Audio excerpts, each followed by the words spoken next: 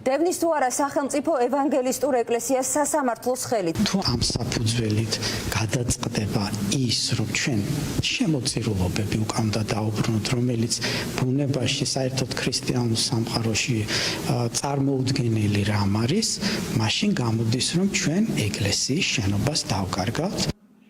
საქართველოს კანონმდებლობით რელიგიური გაერთიანება არ არის ვალდებული რეგისტრაცია გაიაროს.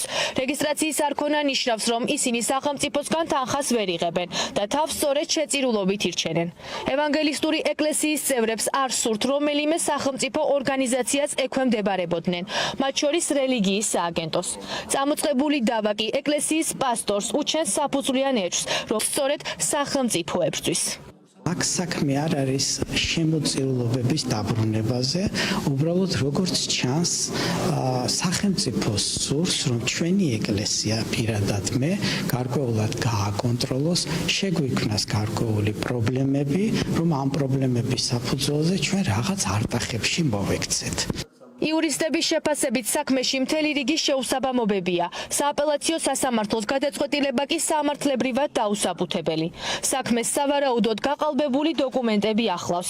სახელმწიფოს მხრიდან ევანგელისტური ეკლესიის დევნის მრავალწლიანი გამოცდილების გათვალისწინებით სპეციალისტები ამბობენ, რომ ამ საქმით სახელმწიფო პასტორის რეპუტაციას ლახავს და არღვევს რელიგიის თავისუფლების პრინციპებს.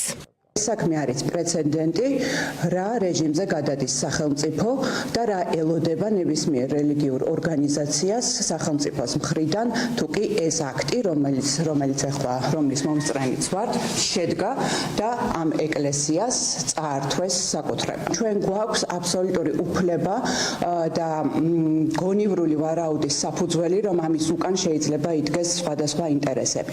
პირველ რიგში ის, რომ ეს ეკლესია არის გაბედული და პასტორი არის ყოველთვის გაბედული ადამიანის უფლებებზე, ზოგადად დემოკრატიულ პროცესებზე და სახელმწიფოსთვის ძალიან მნიშვნელოვან საკითხებზე.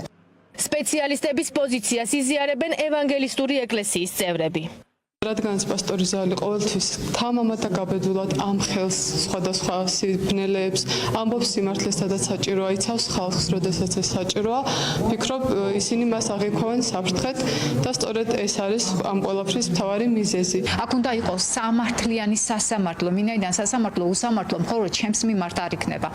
სასამართლო არის თითქოს წყვდიადი სივრცე. არ აქვს მნიშვნელობა რას დაწერა, არავინ არაფერს არ კითხულობს. რაც უნდათ ის განაჩენი გამოაქვთ. საქართველოს ევანგელისტური ეკლესიის პასტორმა საქმე უზენაეს სასამართლოში უკვე გაასაჩივრა. თუ სასამართლო სააპელაციოს გადაწყვეტილებას არ გადახედავს, მაშინ აღსრულება ეკლესიის ქონებას გაყიდის.